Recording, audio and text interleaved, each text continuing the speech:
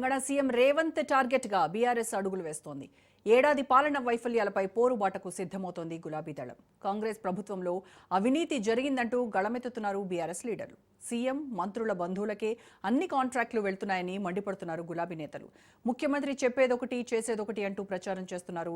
అలాగే బీఆర్ఎస్ పై కక్షపూరిత రాజకీయాలు చేస్తున్నారని ఆ పార్టీ నేతలు ఆగ్రహం వ్యక్తం చేస్తున్నారు. ప్రజాక్షేత్రంలో చర్చ జరిగేలా స్కెచ్ గీస్తున్నారు. U turn CM, tongue turn CM అంటూ సెటైర్లు సంధిస్తున్నారు గులాబీ నేతలు.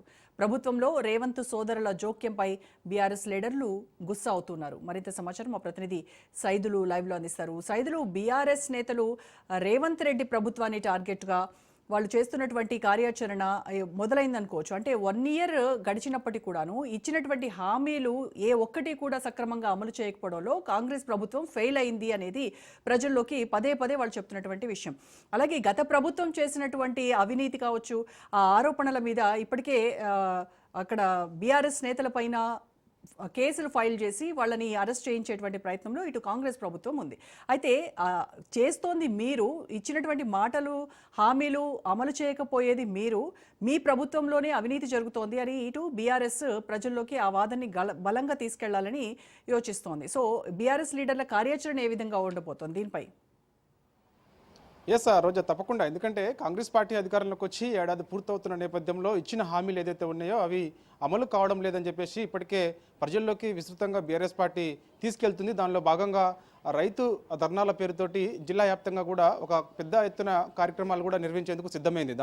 దాంతో పాటుగా ఇక ఈ సంవత్సరం ఖచ్చితంగా ఇక కేసీఆర్ కూడా ఖచ్చితంగా బయటకు వస్తారు. కేసీఆర్ విశ్వరూపం ఏందో చూస్తారని చెప్పేసి కూడా గతంలోనే BRS party working president KTR కూడా చెప్పడం జరిగింది. సో ఏదేమైనా సరే కాంగ్రెస్ పార్టీ ఒకవైపు ఇచ్చిన హామీలు అమలు చేయకపోవడం పట్ల ఇటు బీఆర్ఎస్ పార్టీ, ప్రతిపక్షంలో ఉన్నటువంటి బీఆర్ఎస్ పార్టీ ఖచ్చితంగా ప్రజల్లోకి తీసుకెళ్లి రానున్న రోజుల్లో బీఆర్ఎస్ పార్టీ అధికారంలోకి వచ్చేందుకు ఒక కార్యాచరణ ప్రకటించి దాంతో పాటుగా ఇక ఇప్పటికే చూసాం మనము, దాదాపుగా కాంగ్రెస్ పార్టీలో ఉన్నటువంటి ఎమ్మెల్యేలు ఎవరైతే ఉన్నారో 28 మంది ఎమ్మెల్యేల పైన తీవ్ర వ్యతిరేకత ఉన్నది. కాబట్టి ఖచ్చితంగా అది ప్రజల్లోకి ఖచ్చితంగా ఆయా నియోజకవర్గాలకు సంబంధించినటువంటి మాజీ ఎమ్మెల్యేలు కానీ ఇన్ఛార్జీలు ఎవరైతే ఉంటే వారు ఖచ్చితంగా విస్తృతంగా తీసుకెళ్లాలని చెప్పేసి కూడా ఇప్పటికే ఒక కార్యాచరణ ప్రకటన ఇప్పటికి సిద్ధం చేసుకుంటున్నట్టుగా కూడా మనకైతే తెలుస్తుంది. సో ఏదేమైనా సరే ఇప్పుడు బీఆర్ఎస్ పార్టీ నేతలపైన, అంటే గతంలో బీఆర్ఎస్ పార్టీ అధికారంలో ఉన్నది 10 ఏళ్ల పాటు. సో ఇక 10 ఏళ్లలో పెద్ద ఎత్తున అవినీతి జరిగిందని చెప్పేసి కూడా కాంగ్రెస్ పార్టీ మొదటి నుంచి కూడా చెప్పుకుంటూ వస్తుంది. దానిలో భాగంగా ఇటు ఏదైతే ఫార్ములా ఈ రేస్ అవుతుందో దానిలో పెద్ద ఎత్తున అవినీతి జరిగింది.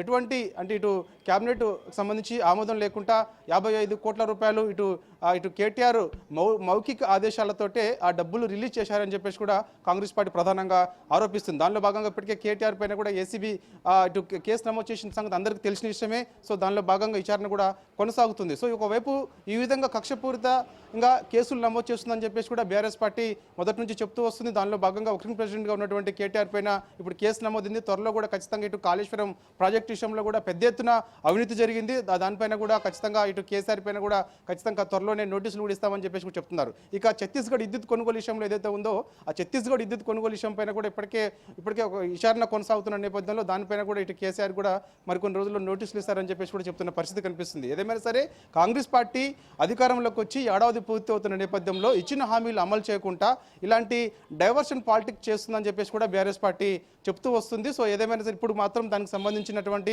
ఎప్పటికప్పుడు ఇటు బీఆర్ఎస్ పార్టీ నేతలపైన, రాష్ట్ర వ్యాప్తంగా ఆయా నేతలపైన కేసులు నమోదు చేస్తున్న సంగతి అందరికీ తెలిసిన విషయమే. దానిలో భాగంగా ఒక కుట్రపూరితంగా ఎటువంటి ఆరోపణలు లేకుండా ఇటు బీఆర్ఎస్ నేతలపైన కేసులు నమోదు చేస్తున్నారని చెప్పేసి కూడా ఇటు ప్రధానంగా బీఆర్ఎస్ పార్టీ ఆరోపిస్తుంది. దాంతోపాటుగా ఇక జిల్లా పార్టీ కార్యాలయాలపైన కూడా కాంగ్రెస్ నేతలు దాడులు చేస్తున్నారని చెప్తున్నారు. కొద్ది చూసాం మనం ఈరోజు ఇటు యాదాద్రి భువనగిరి జిల్లా పార్టీ కార్యాలయం పైన కూడా ఇటు కాంగ్రెస్ పార్టీ చెందినటువంటి ఎన్ఎస్సీ ఈవై నేతలు కూడా దాడి చేసిన సంగతి అందరూ తెలిసినాయి. ఇప్పటికే దీనిపైన ఇటు వర్కింగ్ ప్రెసిడెంట్ కేటీఆర్ కూడా తీవ్రంగా ఖండించారు. అదేవిధంగా మాజీ మంత్రి హరీష్ రావు కూడా ఈ దాడిని తీవ్రంగా ఖండించడం జరిగింది. సో ఇక బీఆర్ఎస్ పార్టీ చెందినటువంటి ఒకవైపు ఇది ప్రతిపక్షంలో ఉన్నప్పుడు కాంగ్రెస్ పార్టీ ఇచ్చిన హామీలు ఏదైతే ఉన్నాయో హామీలు అమలు చేయకపోవడం పట్ల ఇటు ప్రజల్లోకి ఖచ్చితంగా ఇక రానున్న రోజుల్లో విస్తృతంగా తీసుకెళ్లాలి. అవసరమైతే మనం ఈ ఫిబ్రవరి లేదా మార్చిలో, అంటే ఫిబ్రవరి ఎండింగ్లో కానీ లేకపోతే మార్చి ఫస్ట్ వీక్లో కానీ ఖచ్చితంగా ఒక పెద్ద బహిరంగ సభ ఏర్పాటు చేయాలని చెప్పేసి కూడా ఇటు కేసీఆర్ సూచించినట్టుగా కూడా తెలుస్తుంది. ఎందుకంటే చూసాం మనము 3 రోజుల క్రితం ఇటు ఎర్రవల్లి ఫామ్ హౌస్కి వెళ్ళారు BRS party working president KTR. ఎందుకంటే ఆయన ఈడీ విచారణకు, ఏసీబీ కేసు విషయంలో ఆయన ఈడీ విచారణకు హాజరైన తర్వాత ఆయన నేరుగా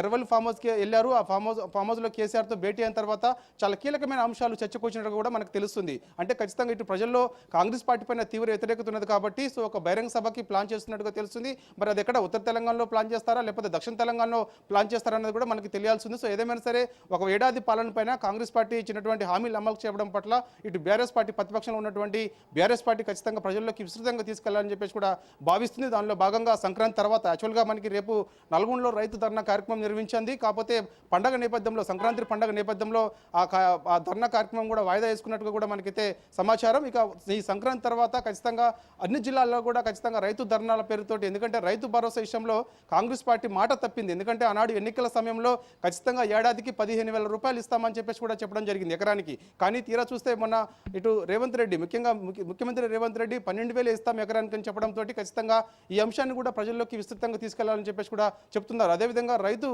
రుణమాఫీకి సంబంధించి కూడా దాదాపుగా 31,000 కోట్లు, అంటే దాదాపుగా దేశంలోనే ఏ రాష్ట్రం చేయని విధంగా మేము ఇక్కడ చేశామని చెప్పేసి కూడా ఆనాడు చేశామని చెప్పేసి కూడా కాంగ్రెస్ పార్టీ సంబరాలు చేసుకుంది. తీరా చూస్తే 18,000 కోట్ల రూపాయలు కూడా రైతు రుణమాఫీ చేయలేదు. చాలా మంది ఇంకా రైతులు ఎదురు చూస్తున్నారు రైతు రుణమాఫీ కోసం అని చెప్పేసి కూడా బీఆర్ఎస్ పార్టీ ప్రధానంగా చెప్తూ వస్తుంది. దానిలో భాగంగా ఖచ్చితంగా రైతు రుణమాఫీ విషయంలో కూడా ఖచ్చితంగా ఈ అంశాన్ని ఖచ్చితంగా ప్రజల్లోకి ఇటు తీసుకెళ్లాలని చెప్పేసి కూడా బీఆర్ఎస్ పార్టీ భావిస్తుంది. సో ఇది ఈ విధంగా డైవర్షన్ పాలిటిక్స్ చేస్తుంది. దానిలో భాగంగానే మేము ఎప్పుడైతే కాంగ్రెస్ పార్టీ పైన తీవ్ర వ్యతిరేకత ఉన్నదో ఆ వ్యతిరేకతను ప్రజల్లోకి విస్తృతంగా తీసుకెళ్తున్న సమయంలో ఇటు కక్షపూరితంగా బీఆర్ఎస్ పార్టీ నాయకులపైన కేసులు నమోదు చేస్తుందని చెప్పేసి కూడా బీఆర్ఎస్ పార్టీ ప్రధానంగా అలాగే సీఎం బంధువులు అలాగే మంత్రుల బంధువులకే కాంట్రాక్టర్లు కట్టబెట్టడం ఒకటి, అలాగే సీఎం సోదరుల జోక్యం కూడా ఇది చాలా మాట్లాడుకుంటూ ఉన్నటువంటి పరిస్థితి. అంటే బీఆర్ఎస్ ఈ విషయాలపైన చాలా సీరియస్గా ఉన్నారు. అంటే సీఎం ఎవరు అని అంటే పలానా సోదరుడి బ్రదర్ అని చెప్పాల్సి వస్తుంది. అంటే తిరుపతి రెడ్డి వాళ్ళ తమ్ముడు రేవంత్ రెడ్డి మా సీఎం అని చెప్పుకోవాల్సినటువంటి దుస్థితిలోకి మనం వెళ్తున్నాము అని చెప్తున్నారు వాళ్ళు. ఎస్ రోజు తప్పకుండా చూసాం మనం ఈ మధ్యకాలంలో కూడా. నిన్న మొన్న చూసాం మనం కొడంగల్ నియోజకవర్గంలో కూడా మొత్తం అన్ని తానే తిరుపతి రెడ్డి ఎవరిస్తున్నారని చెప్పేసి కూడా బీఆర్ఎస్ పార్టీ చెప్తుంది. కొన్ని కార్యక్రమాల్లో కూడా ఆయన ముఖ్యంగా ఇటు ఏదైతే మనకి కళ్యాణ లక్ష్మి చెక్కులు పంపిణీ విషయంలో కూడా తిరుపతి రెడ్డి ముందుండి మరి అక్కడ పంపిణీ చేస్తున్నారు. అసలు ఆయనకి ఎటువంటి అర్హత లేనప్పటికీ కూడా అన్ని తానే ఆయన షాడో సీఎంగా ఎవరిస్తున్నారని చెప్పేసి కూడా ప్రధానంగా బీఆర్ఎస్ పార్టీ ఆరోపిస్తుంది. సో ఆయన చాలా అధికారిక కార్యక్రమాల్లో కూడా ఆయన పాల్గొంటూ వస్తున్నారని చెప్పేసి కూడా చెప్తున్నారు. ఇంకా ఖచ్చితంగా ఇటు సీఎం రేవంత్ రెడ్డి బంధువులు ఎవరైతున్నారో బంధువులకు సంబంధించి దాదాపుగా ఇప్పుడే పెద్ద ఎత్తున ఇటు కాంట్రాక్టులు కూడా అప్పచెప్తున్నారని చెప్పేసి కూడా చెప్తూ బీఆర్ఎస్ పార్టీ ప్రధానంగా చెప్తూ వస్తుంది. దానికి సంబంధించినటువంటి మనం చూసాం మనము ఇటు అమృత టెండర్ల విషయంలో కూడా ముఖ్యంగా సృజన్ రెడ్డి, అంటే ఇటు సీఎం రేవంత్ రెడ్డి సంబంధించినటువంటి ఆ బహుమర్ది సృజన్ రెడ్డికి కట్టబెట్టారు పెద్ద ఎత్తున. ఎటువంటి అర్హత లేని కంపెనీకి అమృత టెండర్లు కట్టబెట్టారని చెప్పేసి కూడా చెప్తున్నారు. సో ఈ విధంగా మొత్తం కూడా ఇటు ఒక కుటుంబ పాలన, అంటే గతంలో బీఆర్ఎస్ పార్టీ 10 ఏళ్ళ అధికారంలో ఉన్నప్పుడు కుటుంబ పాలన అని చెప్పేసి అన్నాడు సీఎం రేవంత్ రెడ్డి పదే చెప్తూ వస్తున్నాడు. కానీ తీరా చూస్తే కాంగ్రెస్ పార్టీ అధికారంలోకి వచ్చి ఏడాది పూర్తయింది. ఇప్పుడు తన యొక్క బ్రదర్స్ ఎవరైతే ఉన్నారో వారందరూ కూడా ఒక కుటుంబ పాలనలాగా ఇటు పార్టీ వ్యవహార శైలిలో కానీ అధికారిక కార్యక్రమాల్లో కానీ అన్ని తానే ఎవరిస్తున్నారని చెప్పేసి కూడా చెప్తున్నారు. సో ఏదేమైనా సరే మనకి ఖచ్చితంగా ఈ ఇయర్ అంటే 2025లో ఖచ్చితంగా ఇటు అధికార ప్రతిపక్ష నేతల మధ్య మాటల యుద్ధం ఖచ్చితంగా కొనసాగే అవకాశం కనిపిస్తుంది. ఇక పండగ తర్వాత ఖచ్చితంగా ఇటు సీఎం రేవంత్ రెడ్డి బ్రదర్స్ ఎవరైతే ఉన్నారో వారందరిపైన కూడా అధికారిక కార్యక్రమాల్లో పాల్గొంటున్నారు కాబట్టి ఖచ్చితంగా దీనిపైన కూడా ప్రజల్లోకి విస్తృతంగా తీసుకెళ్లాలని చెప్పేసి కూడా బీఆర్ఎస్ పార్టీ ప్రధానంగా ముందుకెళ్లాలని చెప్పి చెప్తున్నారు. ఇక ఖచ్చితంగా ఫిబ్రవరి నెలలోనే ఒక పెద్ద బహిరంగ సభకు ప్లాన్ చేస్తున్నారు. సో ఖచ్చితంగా అన్నింటిపైన కూడా ఇటు కేసీఆర్ కూడా త్వరలోనే బయటకు వచ్చి ఈ బహిరంగ సభలో కూడా కేసీఆర్ పాల్గొంటారని చెప్పేసి కూడా మనకి సమాచారం. Roja. Right Saidulu, thank you.